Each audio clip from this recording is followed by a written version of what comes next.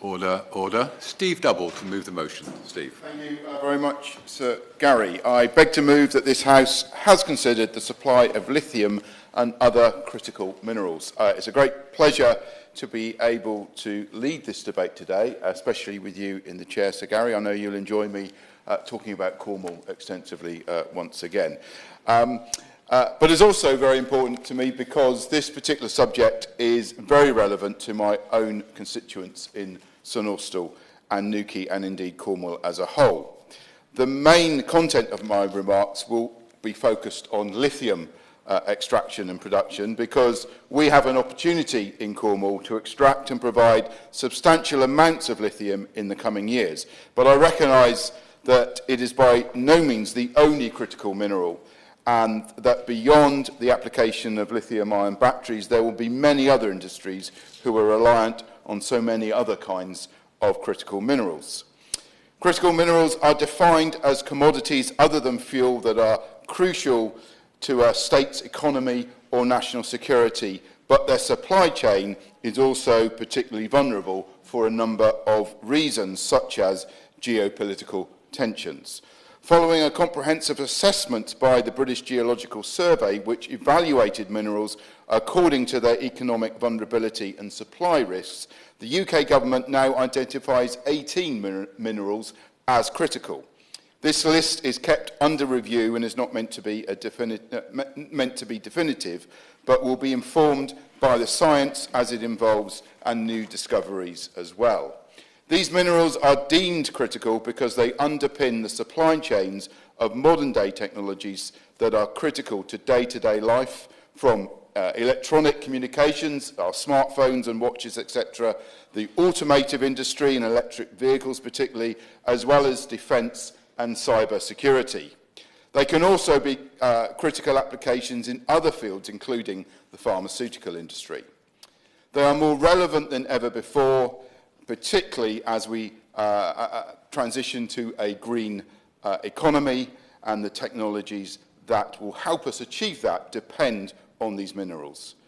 Lithium, graphite, cobalt and nickel are needed in large quantities to make electric vehicle batteries, and they will form the future backbone of the global automotive industry, while wind turbines depend on permanent magnets built with rare earth elements and copper.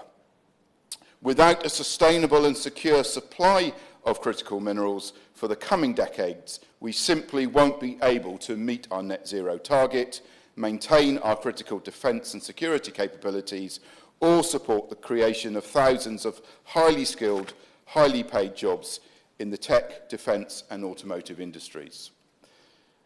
It is therefore no surprise that global demand on critical minerals has shot up in recent times.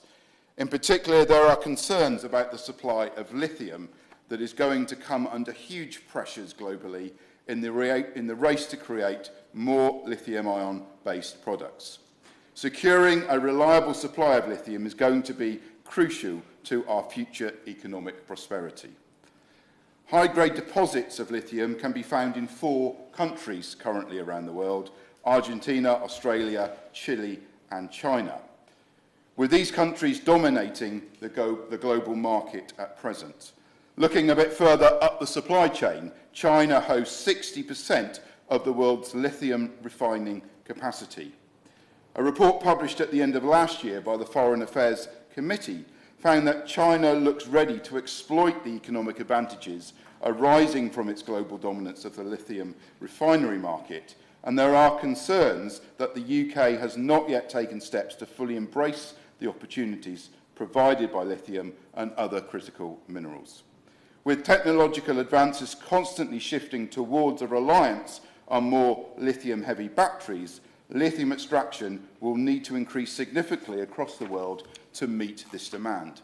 Analysis has shown that by 2030, even with global supply ramping up significantly, there will still be a 55% gap between supply and demand because of a sharp increase in the demand.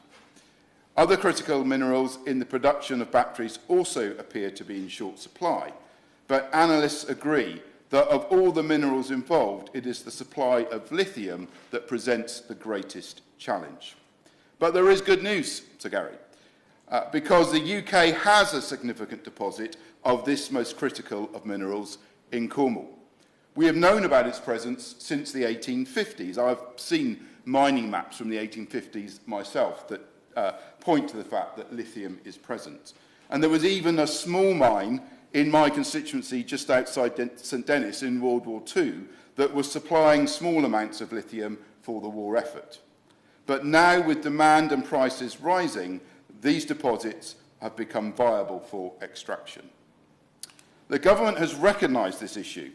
In July 2022, it published the first ever UK critical minerals strategy, which was an important landmark in the recognition of the importance of securing a sustainable supply of these minerals.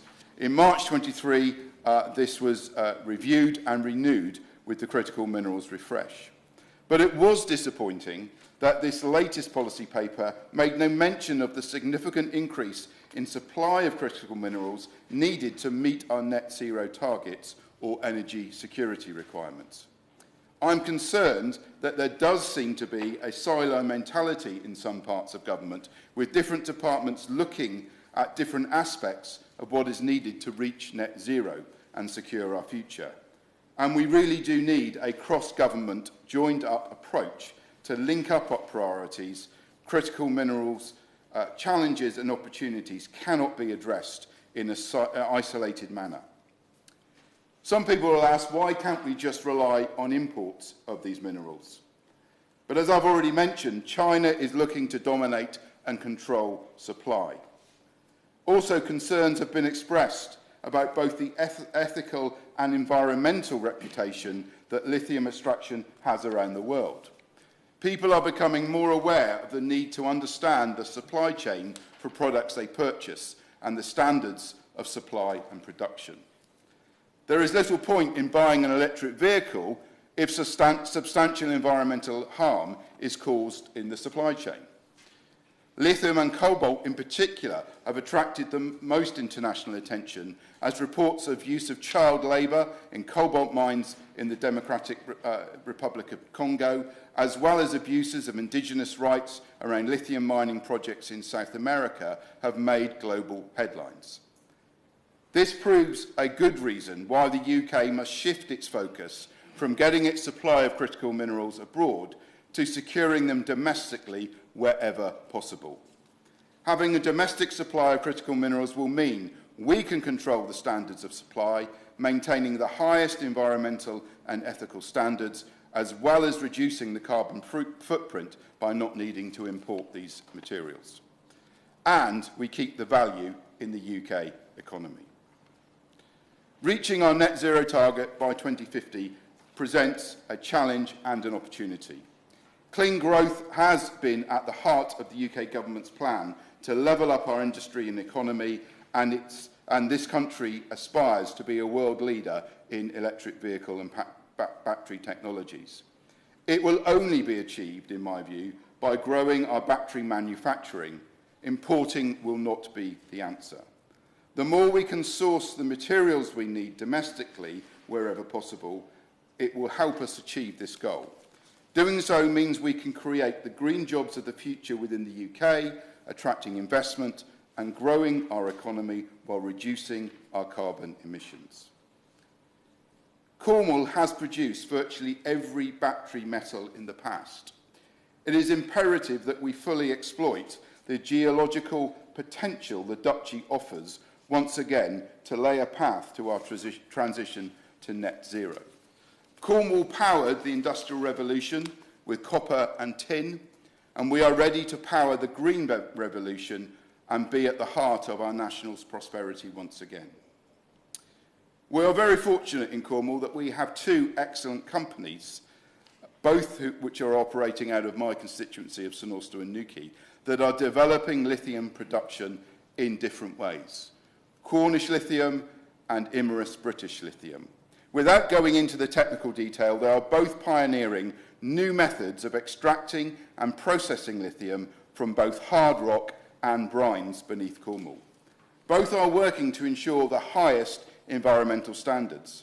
One of the questions I am most frequently asked is about how much local opposition there is to this lithium extraction, largely because of the reputation this industry has around the world? The answer is virtually none. Firstly, because mineral extraction is what we do in Cornwall. It's in our DNA. We've been mining continuously for thousands of years. Tin and copper, and for the past 280 years, China clay. The vast majority of people locally are delighted to see the opportunity to revive our mining heritage for a new era. But also because the lithium is located in formerly mined land. We are not digging up new countryside to extract lithium. But just as importantly, both Imerys British Lithium and Cornish Lithium are committed to working with local communities. They have both recently held public engagement sessions. At those events, they make clear their commitment to the highest standards and having the lowest possible impact on the environment. Between the Cornish Lithium and Imerys British Lithium projects, they expect to be able to supply 40,000 tonnes a year of the 80,000 tonnes UK car manufacturers will need for batteries. That is half of the supply from a domestic supply. This will put the UK at a competitive advantage as well as being good news for the Cornish economy. Some people predict that lithium extraction could be like tin all over again for Cornwall. It's not just lithium. We still have tin and copper deposits in Cornwall. Copper is potentially making a comeback in Cornwall, having been the focal point of our first mining revolution. High-grade qualities that are 16 times higher than the global average have been discovered during the underground exploration of lithium at the United Downs site within the constituency of my right honourable friend, the member for Camborne and Redruth. Tin, also in his constituency, has South Crofty mine, an ancient tin mine with records of mining occurring in this area as early as the 16th century. Nowadays, the site presents the fourth highest grade tin resource in the world and is under the ownership of Cornish Metals, who are working to ensure that Cornwall can begin supplying our growing demand for tin in the near future. And this is expected to employ over 200 people. I was pleased to receive an update from the Minister that went out to all MPs in a recent Dear Colleague letter last week, informing us of the establishment of the new Critical Imports Council and its first quarterly meeting, which the Minister chaired.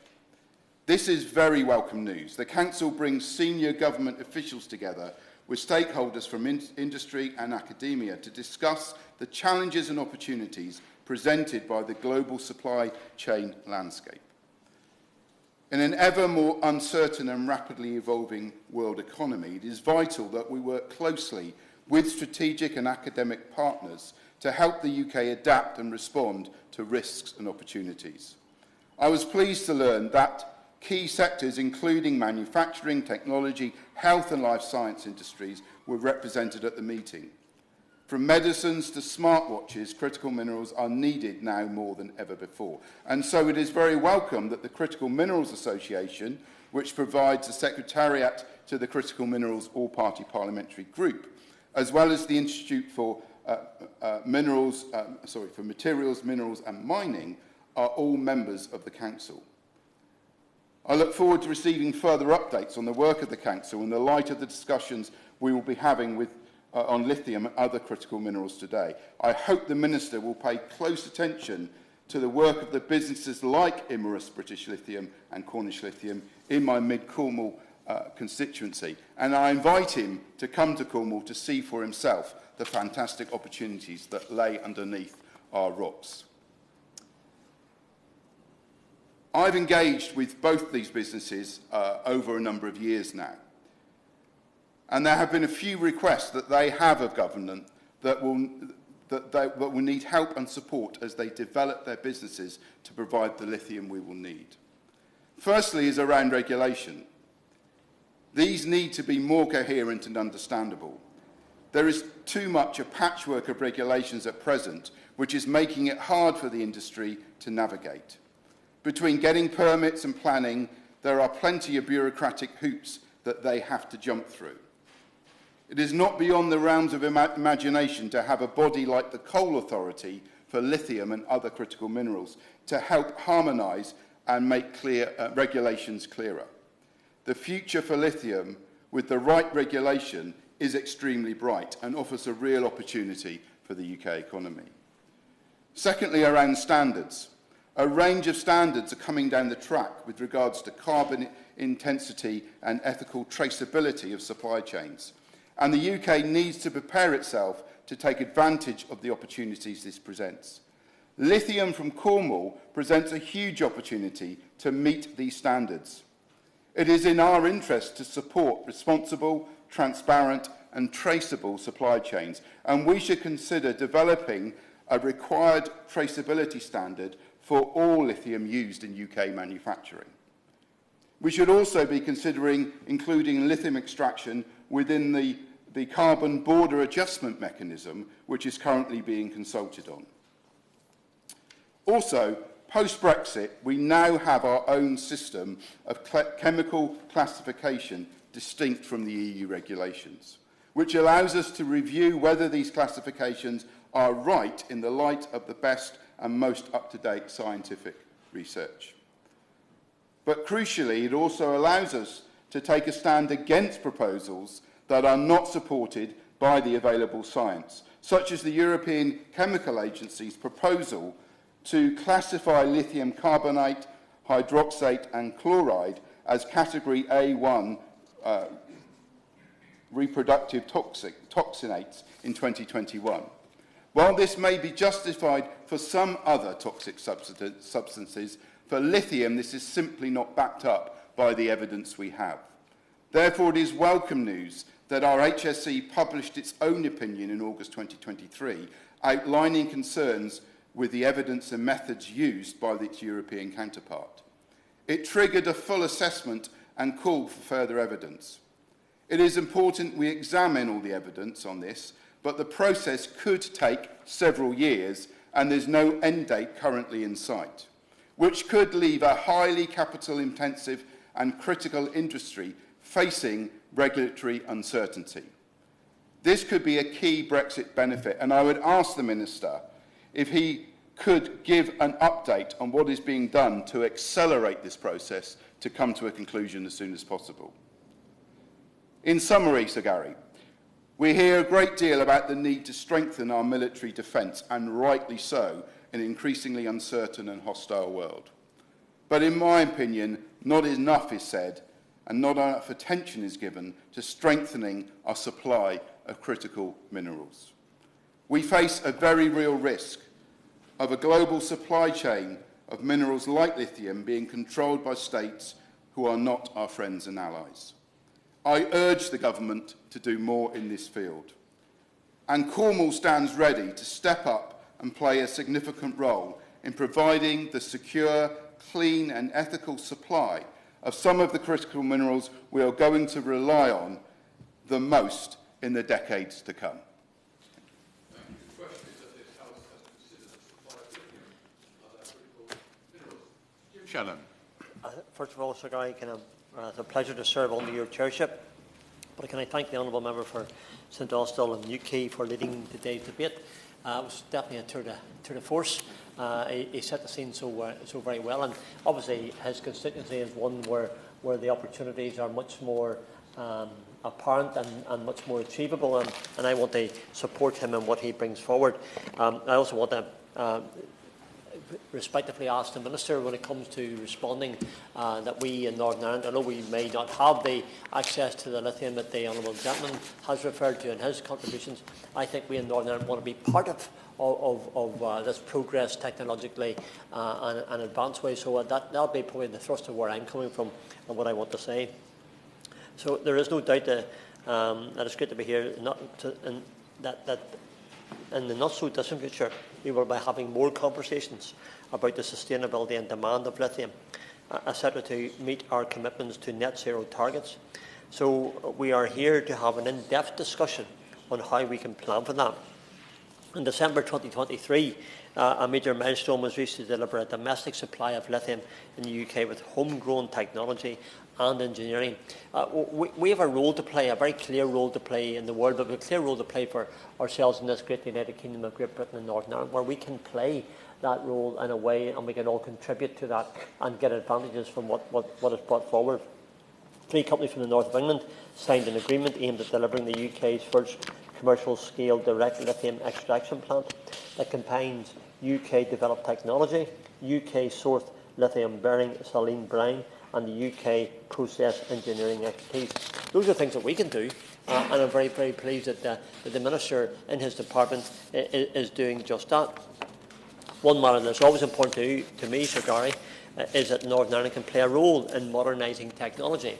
Now, I understand that it may not be possible to have the extraction process that the Honourable Member for Newquay and St Austell has referred to, but nonetheless I think that we can play our role. There is currently no supply of lithium in Northern Ireland, and to date sectors relating to net zero such as energy and transport have represented a small proportion of total mineral demand. But it has in fact been projected that the transition to net zero will result in a significant increase in demand in the future. So if that's the case and that's where we're going, that's the target we're aiming for, then I would very much like to see my constituents of Strangford and across all of Northern Ireland, from all sections, from all constituencies, being part of that.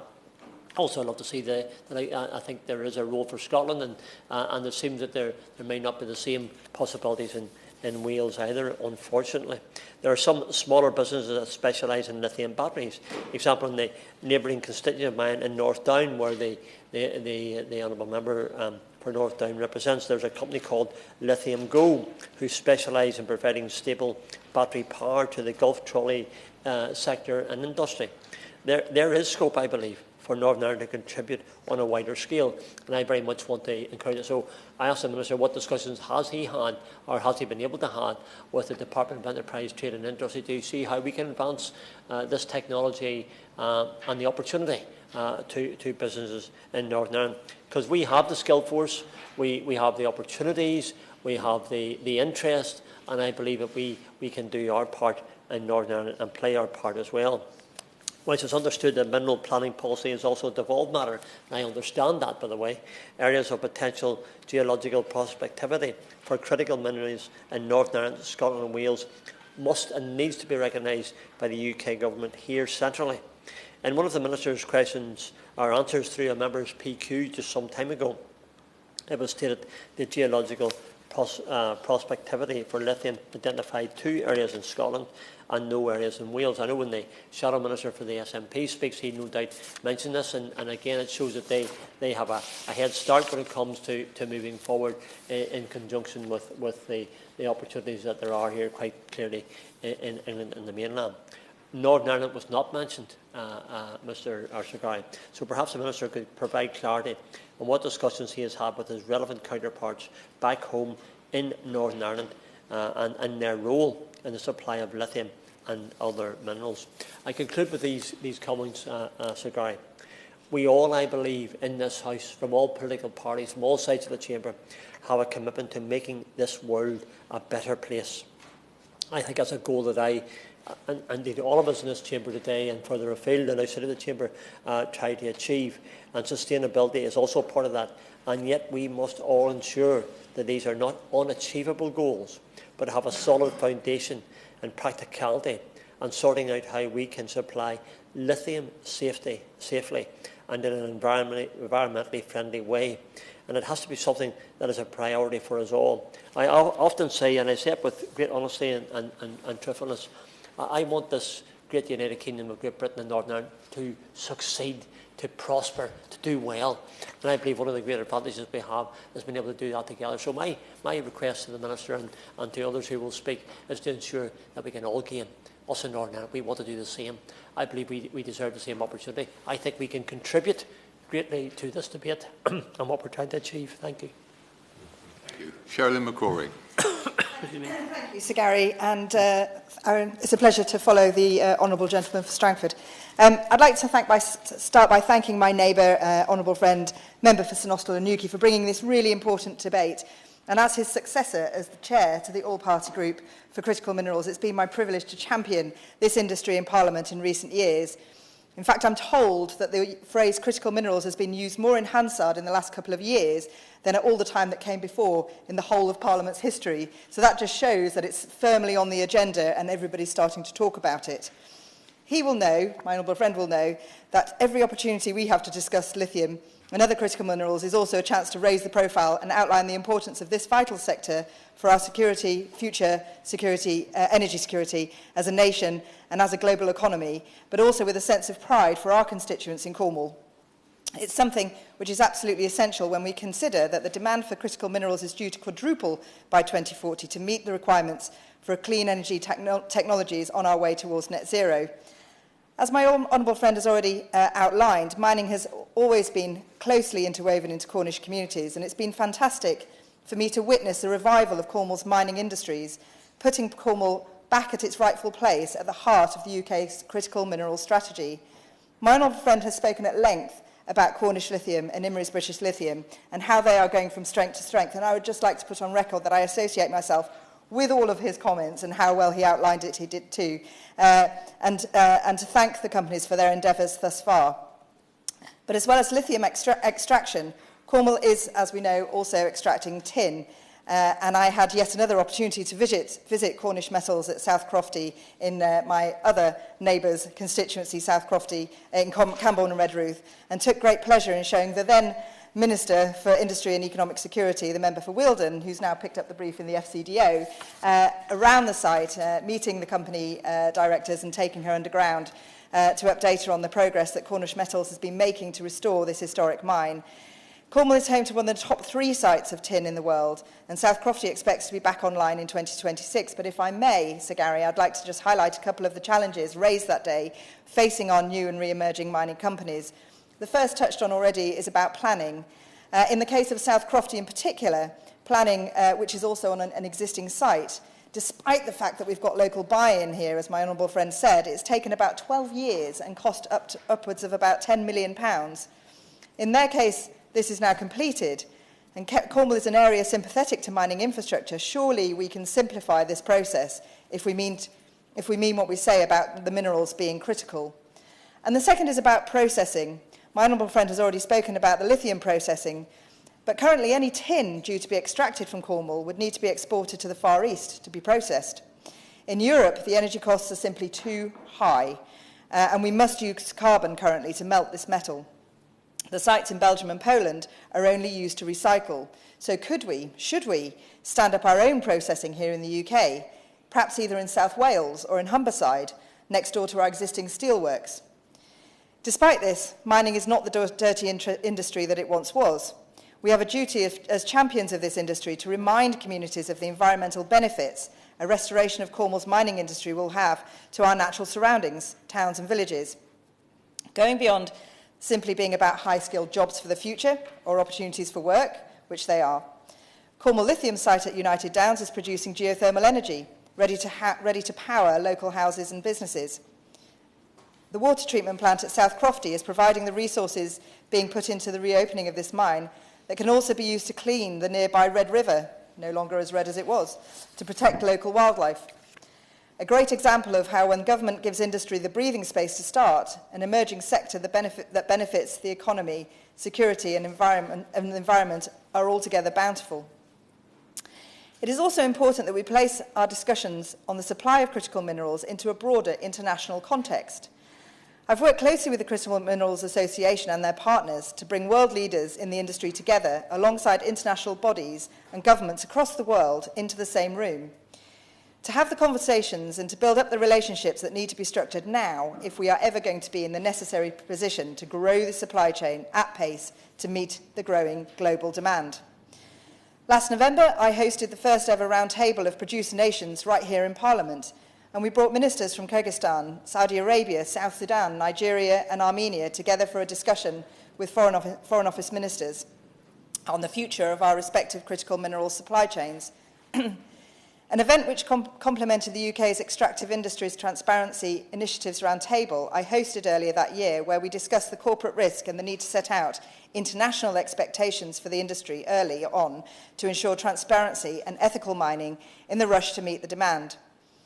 I also attended another roundtable at the US Ambassador's residence, one I was quite surprised to be invited to, if I'm totally honest, because it included representatives from the US government as well as global industry CEOs, and we were able to brainstorm the cross-governmental challenges that like-minded nations face in order to build resilience in the supply chain and to meet global demand, ensuring not just security, but also sustainability. Throughout each and every one of these events, of course.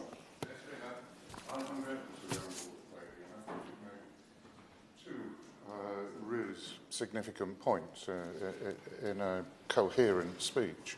One is we will not be able to make use of natural resources in this country while our energy costs remain so high, and the planning regime that we operate in makes getting permission for extraction of any minerals very difficult. Does she agree with me that deep in the government, as her honourable friend said, there is still a belief that we can rely on international trade to import these minerals, whereas in actual fact, China is behaving malevolently and trying to monopolise this trade? I thank the honourable gentleman for his intervention, and he is not wrong in that global events are catching up with us, as we know. I think everybody in this room knows that Whitehall moves at a glacial pace at the best of times, and I think what the lessons of current geopolitics show us is that actually government needs to be more agile, and I think they are getting better at that, and actually government departments working together. I mentioned that the minister's predecessor is now carrying the same brief in the Foreign Office, and therefore will take that understanding with her, and I do think that actually government departments working together is getting an awful lot better, but he makes an incredibly important point. Throughout each and every one of the events that we've hosted this year, I've been reassured by the government's determination and willingness to pitch in. The critical minerals strategy grapples with many of the original concerns by industry, yet I also think it is true that most of us see this as an evolving document as our ambitions for the sector and realities on the ground shift. What is true is that the strategy will ensure that the UK remains competitive as different nations grow their supply chains at varied rates, and will ensure that regions like Cornwall that have so much to offer get the sustainable investment and job opportunities that we need. But before I draw to a close, it would be ample having to discuss the local impact on improving the supply of critical minerals to my constituents in Truro and Falmouth, outlining the successes of the government and the All-Party Group for Critical Minerals activity on the international stage, and reassuring the framework offered through the Critical Minerals Strategy, to use this debate to mention alternative ways of boosting lithium, tin and other minerals supply through recycling. The Camborne School of Mines, which is well renowned, now based in the University of Exeter and Penryn, is highly respected around the world, and I've met many of its graduates in my time as chair of the All-Party Group. In February 2023, an additional £15 million was invested into research to strengthen the resilience of our critical minerals supply chain through the recovering rare earth metals from already used products. This has huge potential. For example, it is estimated that by 2040, a total of 10% of copper, nickel, and lithium and cobalt could be generated from recycling used batteries. When we're in a position of urgency, this makes perfect sense for us to maximise the minerals we have in products with limited lifespans to alleviate the pressure on our mining industries and shore up our national security in the process. And earlier this year, the Resources Minister, the member for Keighley, announced that the University of Exeter, where the Camborne School of Mines now is, would be a partner in the new United Nations-backed centre that will propel the transition to the future circular economy. The International Centre for Excellence on Sustainable Resource Management in the Circular Economy is the first in the world, and it will develop new approaches to the circular economy in areas such as metals, constructions and critical minerals. I'd like to thank ministers for taking the initiative on this front and putting investment into research early. And can I pay tribute to Professor Francis Wall at the Camborne School of Mines for also leading on this.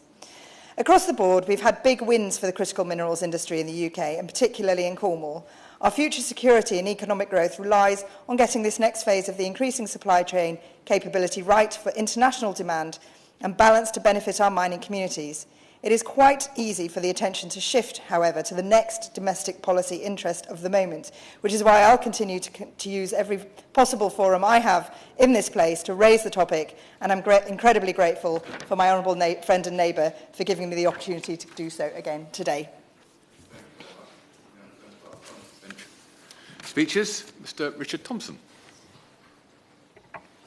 Thank you, Sir Gary. It's a pleasure to serve under your chairship this afternoon. And can I also add my congratulations to the Honourable Member for St Austell and Newquay for securing this debate on this very important topic. And while the concentration on lithium is entirely understandable given the significance not just to Cornwall but also to the broader economy of having a secure supply, CRMs go much wider than that because they're the minerals that are economically important, needed to make batteries and semiconductors, and which are vital for the transition, as we've heard, to clean energy, but which are also at the greatest risk of supply chain disruption. Now, the UK has 18 metals and minerals currently on its own CRM list, with another 6 minerals being classed as having an elevated criticality because of where they come from. But as is sometimes said in relation to the economy, that if you cannot grow it, you have to mine it.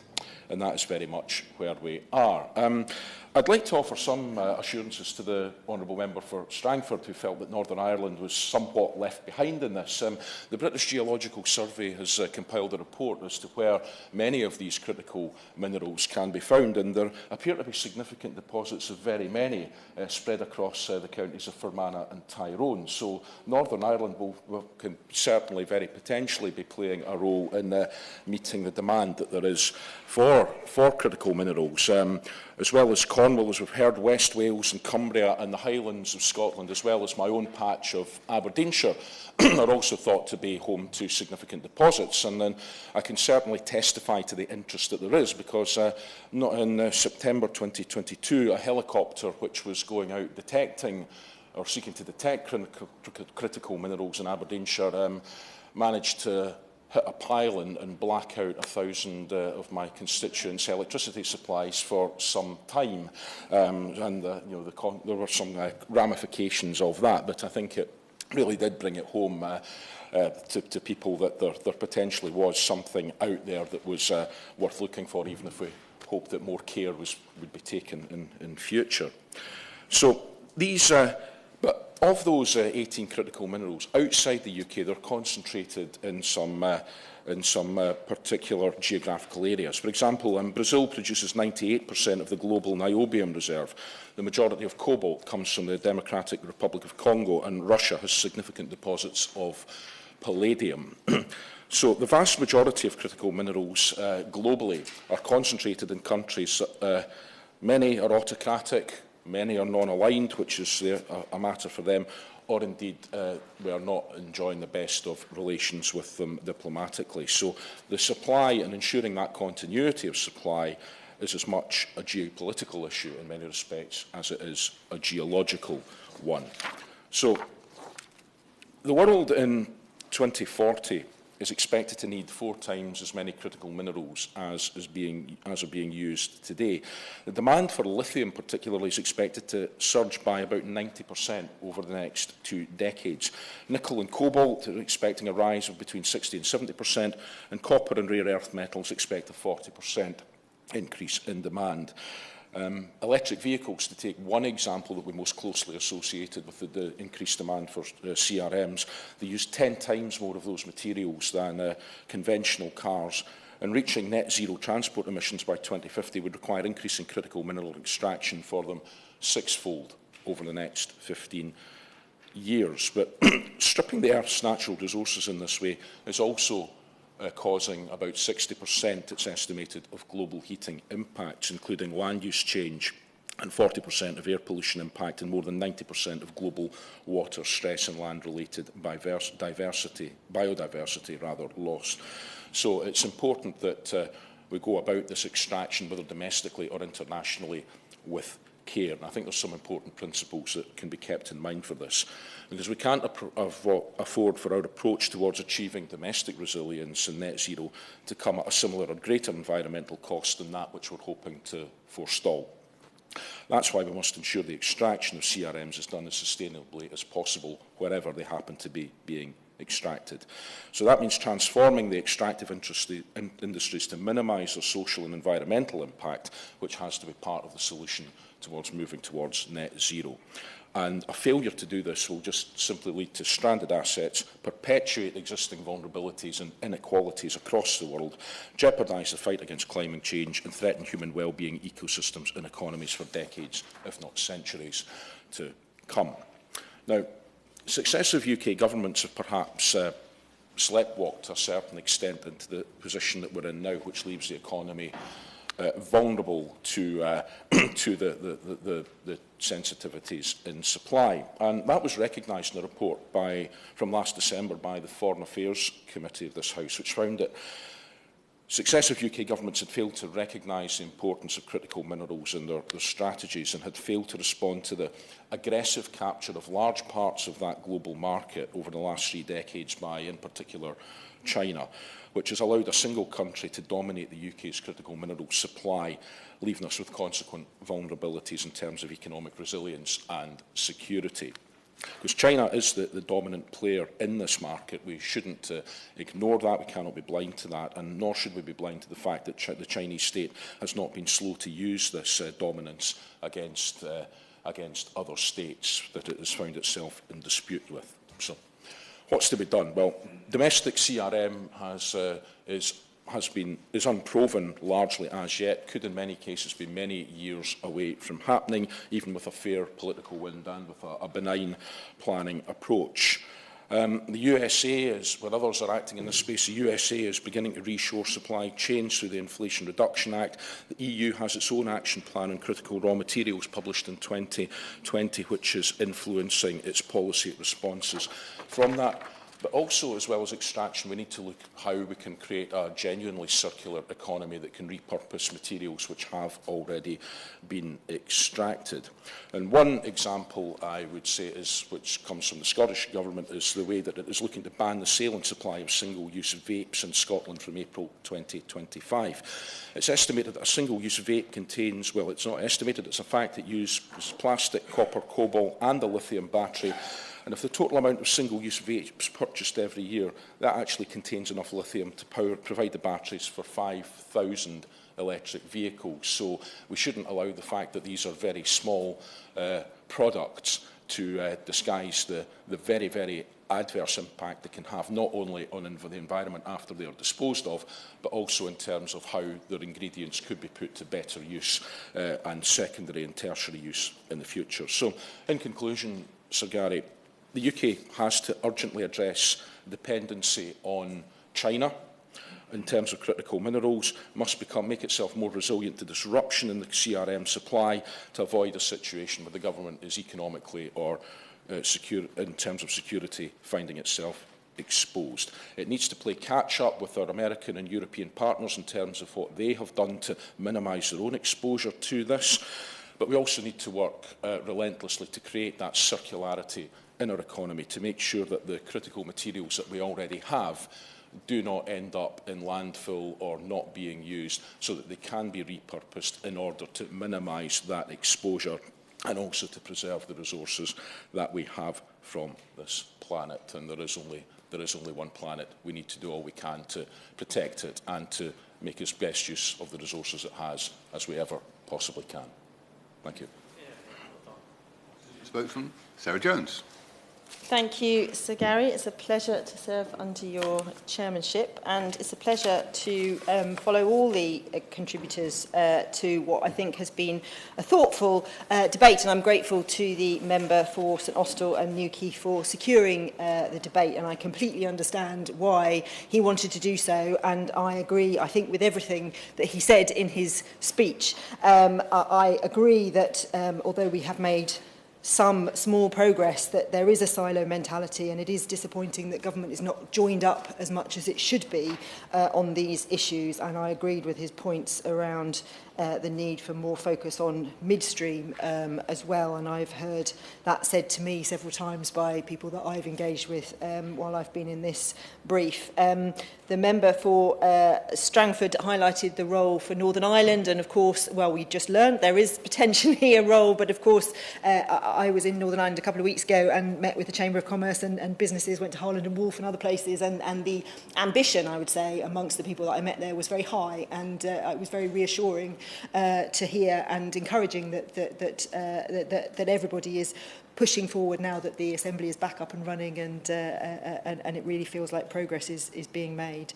And I listen with interest to the member for Roura and Falmouth about her role in the APPG on critical minerals, and I've met with the Critical Minerals Association and others and hear what she's saying as well. And I agree that mining is not the dirty industry it once was, but of course in some places it is, and it's our role to try and make sure it isn't, and that where we're doing it properly, but where we're supplying and relying on others, they're doing it properly too. And I think I agree with her that government needs to be more agile in responding to some of the challenges that we face, and you know, the whole role of extractive industries and how that works, as the member for Gordon said, is really important as part of this debate. So I hope to add to some of the comments we've already heard, and I think some of the key arguments have already been made. While the term critical minerals, if you're not familiar with the term, it has a slight air of mystery about it. There's nothing actually clandestine about its importance and how key it is to our modern society. And I welcome the Minister to his new role. And if he hasn't already read Material World by Ed Conway, I really encourage him to do so, because it does set out and brings to life how important things like critical minerals are for us all. The first thing many of us do when we wake up in the morning is check a phone, which of course is powered by a lithium battery. We might spend the day working on a laptop whose chip is laced with tin, and in the coming years we will get more and more of our electricity from turbines powered as much by metals like cobalt as by the wind that turns their blades. Again, if the Minister hasn't been already to the UK Battery Industrialisation Centre, I would encourage him to do so, where you can see how important critical minerals are in the production of batteries, which will be so important for our electric vehicle manufacturing in this country. And as has been said, the move to net zero is really key, and the International Energy Agency has predicted that demand for critical minerals could more than double by 2030. The member for Truro had a quadruple, I think, so there are different figures, but we know that the need for critical minerals is going to do nothing other than increase significantly. And that means it's vital we secure our supply of lithium and other critical minerals to this country. Labour is clear that the green transition is the biggest economic opportunity we have. It's our chance to bring economic growth, which is the driving mission of a future Labour government, back to this country, along with hundreds of thousands of jobs everywhere from Cornwall to Carlisle. And as my party's Shadow Chancellor has set out, we are living in an age of insecurity. The vulnerabilities exposed by the pandemic, rising geopolitical tensions that have been mentioned, and the changing climate have made it clear that a joined-up approach to the economy is vital for our nation's security. Many of the 18 minerals the UK defines as critical are concentrated in specific geographic areas, the majority of which, as has been said, are not the UK's dependable allies. China is the biggest producer of 12 out of the 18, which makes it clear that strategic, coordinated and effective steps to secure our supply of these minerals are vital. Critical action on which we believe this government has critically under-delivered. Other countries are racing ahead, but the Conservatives refuse to have an industrial strategy still on ideological grounds, leaving our approach to critical minerals disjointed and scattergun. Instead of decisive leadership, we risk seeing the UK sidelined in the global race for the industries of the future. The EU Critical Raw Minerals Act has introduced benchmarks for domestic capabilities along critical mineral supply chains. The US Inflation Reduction Act has accelerated the race for critical mineral production in the US. And it's a powerful intervention that our Chancellor dismisses as a distortive subsidy race. Now, we welcomed the government's critical mineral strategy when it was finally published. but some parts of the government's approach were frankly baffling. Why, for example, did the government choose not to assess the vulnerabilities of the UK's industrial supply chains while drawing it up? Why did the strategy contain no specific targets for priority sectors? And why was there no plan to expand midstream capacity in the UK, which is the processing and refining, including in the critical mineral refresh published last year? As the Critical Minerals Association said, without developing the UK midstream, there's a risk the UK will not be recognised as integral to global critical mineral supply chains. This should have been a vital document, but as others have mentioned, the Foreign Affairs Select Committee concluded in its report the strategy is simply too broad to have real impact. This failure is deeply concerning. It means crucial investors in the critical minerals supply chain will look elsewhere. They will look to Europe, to countries like Germany, who are expected to have the largest battery manufacturing capacity on the continent by 2030, compared to the UK, which still has just one gigafactory that is actually operational. The government's ad hoc approach has failed, the Conservatives have left Britain vulnerable, and Labour will take a new approach. Where this government has proved itself ideologically allergic to joined-up thinking, Labour knows that a real industrial strategy is the only adequate response to our age of insecurity. Building a resilient economy will be a core principle of our approach, which is why our industrial strategy provides for a new supply chains task force to analyse the potential supply chain needs across critical sectors, review the vulnerability of critical supply chains to extreme risks, and assess the potential requirements of responding to those shocks. That industrial strategy will work hand in glove with Labour's Green Prosperity Plan, built on the principle of using catalytic public investment to secure investment from the private sector, a principle that the Honourable Member for St Austell and Newquay may be able to attest to the power of. Labour will make strategic public investments to develop and support critical supply chains here in Britain. Our National Wealth Fund will invest £1.5 billion in new gigafactories and aim to draw in 3 times as much from the private sector. Boosting Britain's automotive industry at the one end and the critical minerals supply chain at the other, these new gigafactories will help put Britain back on a competitive international footing and help secure Britain's place in the international supply of these key materials. When it comes to critical minerals, it is, of course, vital to look way beyond our borders, which is why a Labour government would make sure our trade policy works in step with our domestic plans. That's why we need to work with our friends and allies on secure and resilient supply chains, aligning capacities in key sectors with our wider security relationships. I was at a round table recently with Critical Minerals Association and many others, and with representatives from Australia and Canada, and we were talking about how the Foreign Office works in terms of its relationships and its priorities, and it is clear that the need for critical minerals needs to be stamped on what the Foreign Office does, as well as what other departments do, and we need to make sure we're building relationships with our allies where we will need to source materials from in the future. And we should use our international position to boost standards, which, when it comes to critical minerals, have been sorely lacking too often. And finally, securing the supply of new critical minerals is crucial, but it's also vital to consider how we make the most of the materials that already surround us. And there is an estimated average of 20 unused electronic items in every household across the UK, which I didn't know. You know, we have to not make a mockery of recycling, as our Prime Minister has done, but see it in its rightful place in helping secure that circular economy with buy-in from devolved administrations across the UK. So that is a real priority in moving towards a sustainable future. Getting this right is vital, so I hope the Minister opposite can answer a few questions before the end of this debate.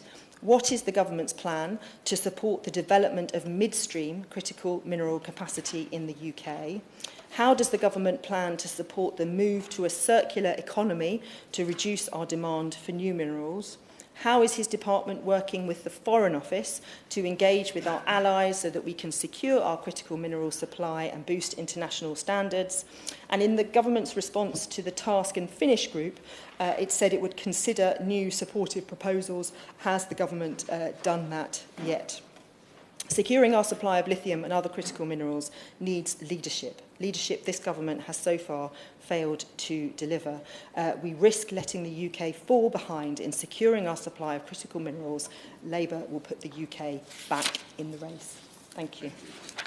So, Minister, to respond to Alan Mack.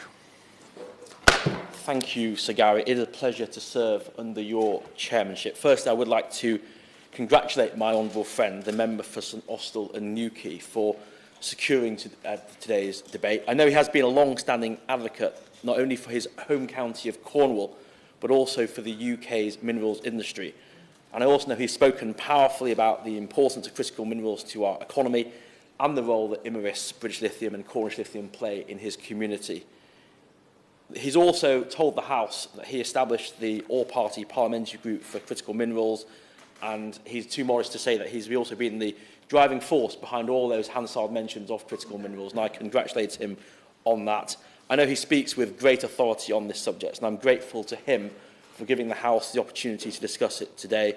I would also like to thank the honourable members for Strangford, Truro and Falmouth and Gordon for their contributions to this debate, and I want to thank the opposition spokeswoman for her kind words of welcome as I take up this post. And I also wish to recognise the work of my predecessor in this role, the honourable member for Wealden. As the House has heard, she worked extensively on this issue.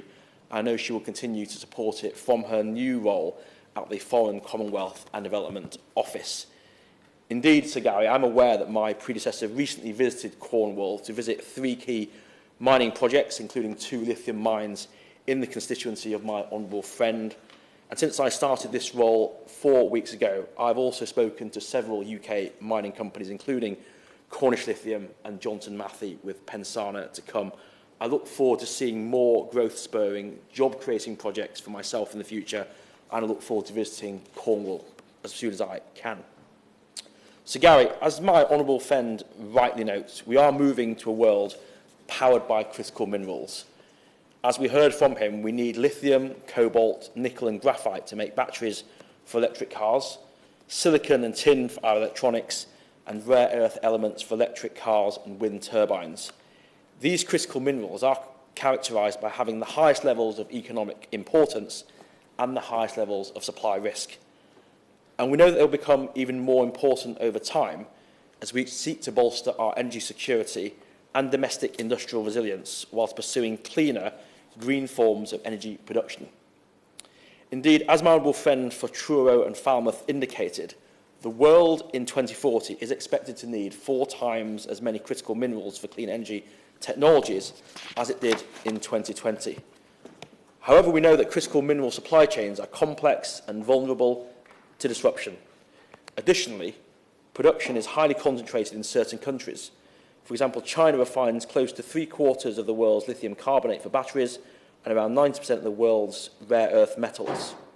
State intervention in these markets is high. Supply chains are often fraught with environmental, social and governance issues, and the market does not fully differentiate products on their ESG credentials.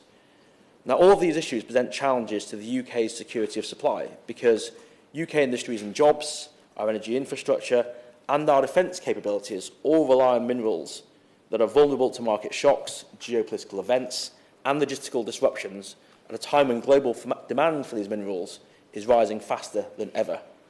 So the government's view is that it's imperative for us to make our supply chains more resilient and more diverse. We need to support British industry now and in the future. And this work is inextricably linked to both our energy security and our national security. So, Gary, it's for all these reasons that this government has acted decisively to ensure that we have resilient domestic supply chains that give our businesses the long-term certainty they need. As my honourable friend said today, back in July 2020, we published our first ever critical mineral strategy, setting out our approach to improving the resilience of critical mineral supply chains. Above anything, this is a strategy which recognises that critical minerals is a multifaceted issue. It provides an overarching framework for accelerating our domestic capabilities. It promotes closer collaboration with our international partners, and it seeks to enhance international markets. But we always said that we'd need to monitor global events and recalibrate our approach as necessary. That's one of the reasons why we published the Critical Minerals Refresh in March last year, reflecting the changing global landscape, highlighting progress to date, and setting out our approach to delivering the strategy for UK businesses. Working closely with industry, we are already making good progress with the strategy, and I'll say more about this later in my speech. But we do recognise there is more to do. At this juncture, Sir Gary, I also want to reassure my honourable friend and the House that the government does take a cross-government, comprehensive and strategic approach to critical minerals. Whilst the Department for Business and Trade leads on overall critical mineral strategy, the delivery and evolution of the strategy and many of the policy levers lie outside my department, and therefore we cooperate with other departments across Whitehall. And I also want to reassure him that officials from my department closely and regularly engage with officials from the Department of Energy Security and Net Zero where necessary. So, Gary, it's also important to note that we support UK industry to seek resilience and diversity in their own supply chains, especially those businesses that depend on a steady flow of critical minerals. And it's why we launched the independent Task and Finish Group on Industry Resilience for Critical Minerals last year, a first-of-its-kind initiative for industry-government engagement on critical mineral supply risks. And since then, that Task and Finish Group has raised the importance of critical minerals with key industrial sectors, helping them to manage their risks in their supply chains. The group has also given us insights about the UK's dependencies and vulnerabilities, while publishing a report with a series of recommendations on how to best guide the ongoing delivery of our strategy. The government, Sir Gary, warmly welcomes the group's report, and our full response to those recommendations was published last month, and I encourage members of the House to read that report if they haven't already. As my honourable friend will also be aware, the government also launched the Critical Minerals Intelligence Centre in 2022 in partnership with the British Geological Survey to monitor risks in the supply chains and assess just how critical different minerals will be over time. Their first assessment identified 18 critical minerals, including lithium, rare earths, tungsten, tin and others, and an update is due by the end of this year. So, Gary, these are vital efforts, but we know that our work is not yet done, and that's why we're continuing to work with industries across the board to support resilience and diversification in their supply chains. And that commitment has been re-emphasised in our critical imports and supply chain strategy published by my department at the beginning of this year. And as my honourable friend mentioned, the Critical Imports Council is a key part of that work. I was proud to chair its inaugural meeting earlier this month, and I welcome the fact that the Critical Minerals Association and the Institute for Materials, Minerals and Mining are key parts of that council. I look forward to working with them, as I know he does. So, Gary, so here at home, we are supporting UK critical mineral producers to take advantage of the opportunities right along the value chain, including in Cornwall. And whilst we will always rely on international supply chains, we do have to maximise what the UK can produce domestically, as my honourable friend so powerfully made the case for. We need to make sure that this is done where it's viable for businesses and where it works for communities and our natural environment, as my honourable friend for Truro and Falmouth rightly mentioned in her speech. I also agree with the Honourable Lady that the UK is perfectly placed to lead on midstream processing, including refining and materials manufacturing, building on its globally competitive chemicals and metals sector. So, Gary, my honourable friend is absolutely right that we do have the capabilities to mine or refine enough lithium in the UK to satisfy more than our demand by 2030. But that isn't true of all critical minerals. We have more than 50 projects at various stages of development to mine, process and recycle critical minerals domestically, and we want every one of those to be set up for success. And that is why, Sir Gary, to accelerate the growth of our domestic capabilities, government is investing big in critical mineral programmes. Our Automotive Transformation Fund, for example, is supporting projects in automotive supply chains like British Lithium, Green Lithium, Pensana and others. Meanwhile, the UK Infrastructure Bank has invested over £24 million in Cornish Lithium, as he will know, and I was pleased to meet both the Chief Executive and the Chief Financial Officer of that company in my second week in this role, which I hope underlines the importance that that company and his county are to me and the strategy, and they are part of a growing ecosystem which includes gigafactory footprints that are getting bigger by the week. At the same time, the government is taking decisive steps to reduce the price of energy, as my honourable friend for Truro and Falmouth mentioned, to ensure that they are competitive with other major economies across Europe, including through the British Industry Supercharger, which comprises a series of targeted measures, as she will know, to bring energy costs for key industries into line with our major competitors. So, Gary, Finally, as my honourable friend knows, the UK is also a pioneer in recovering critical minerals from waste, and we're ensuring that we stay ahead of the pack through Innovate UK's Circular Critical Material Supply Chains programme to build and develop resilient supply chains, and we're also exploring regulatory mechanisms to promote battery, waste, electrical and equipment recycling, which is an opportunity for this country. So, Sir Gary, the government has a clear vision for the role that the UK can play in critical mineral supply chains and is throwing its full support behind business to harness and grow our competitive advantage. But we also know that Britain can't go it alone on critical minerals. International collaboration is key to building more resilient, diversified and responsible supply chains both here and around the world. The UK, therefore, has a role to play as an international deal maker, leveraging our extensive multilateral engagement and our strong relationships with mineral-rich producer countries and consumer markets.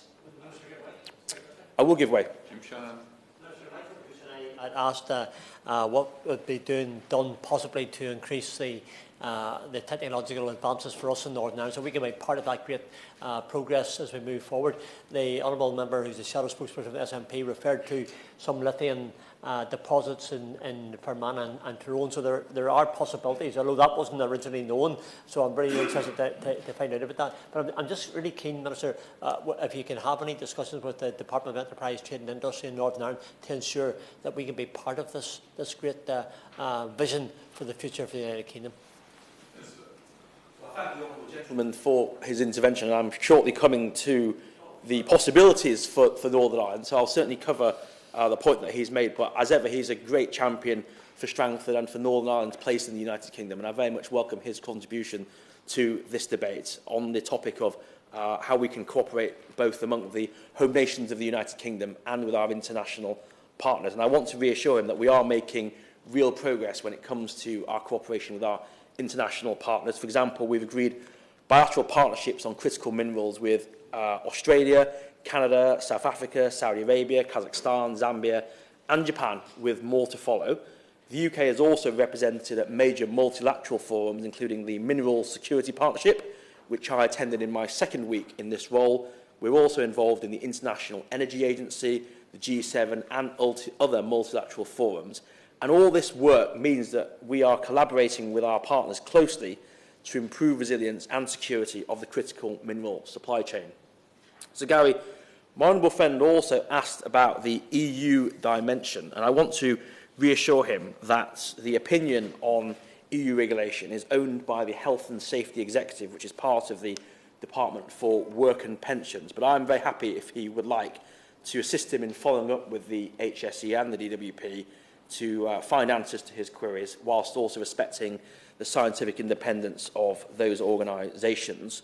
Which brings me on to the question of Northern Ireland, and I want to let my honourable friend know that I will be visiting Northern Ireland before the summer recess, hopefully in the coming weeks, where I'm looking forward to meeting my counterparts and exploring the opportunities for support that the UK government can give to businesses in Northern Ireland. I will certainly make lithium and minerals part of the agenda, and I very much look forward to any support he can give me in making sure that we cover those topics. But Northern Ireland is a crucial part of the United Kingdom. Its economy is thriving, and I want to make sure that we ensure that we seize any opportunities that we find there. And I would also say to the member for Gordon, when I'm next in Scotland, I'll also do the same in Scotland as well. So thank him for raising the possibilities of this topic north of the border as well.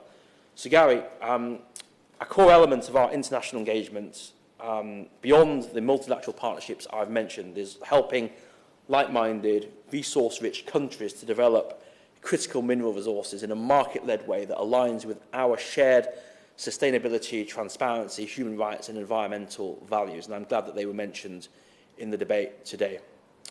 So, Sir Gary, this is how the government is ensuring that the UK is leading the way on critical minerals, driving up industry resilience, ramping up domestic production and fostering closer international collaboration on the world stage.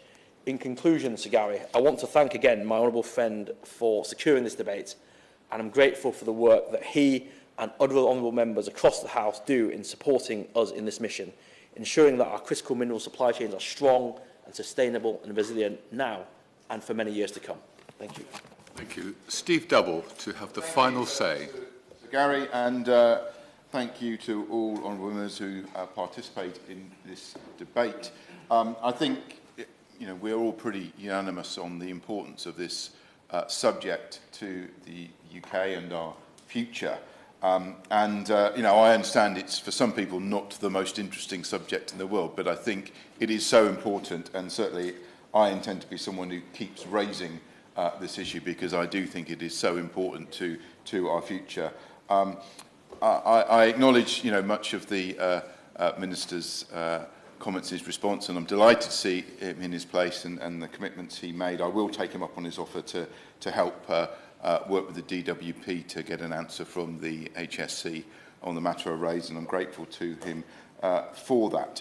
It's clear we are always going to need to rely on global supply chains for some of our critical minerals to some extent, but I think, again, we're all agreed that we need to make the most of our domestic supply as much as we possibly can for all the reasons that we've covered in this debate. And there again, that is why, in Cornwall, we are genuinely excited about the opportunity that this presents to us in regard to lithium extraction, and we are determined to work to really make the absolute most of that, both for the benefit of the Cornish economy, but also for the UK as a whole. And I'm delighted that the Minister has offered to come and visit, and I look forward to welcoming him to Cornwall to see for himself all that is going on in Cornwall in reviving our mining history and pointing the way to a prosperous future in that regard. So I look forward to welcoming you there. Just to say thank you once again to all members who have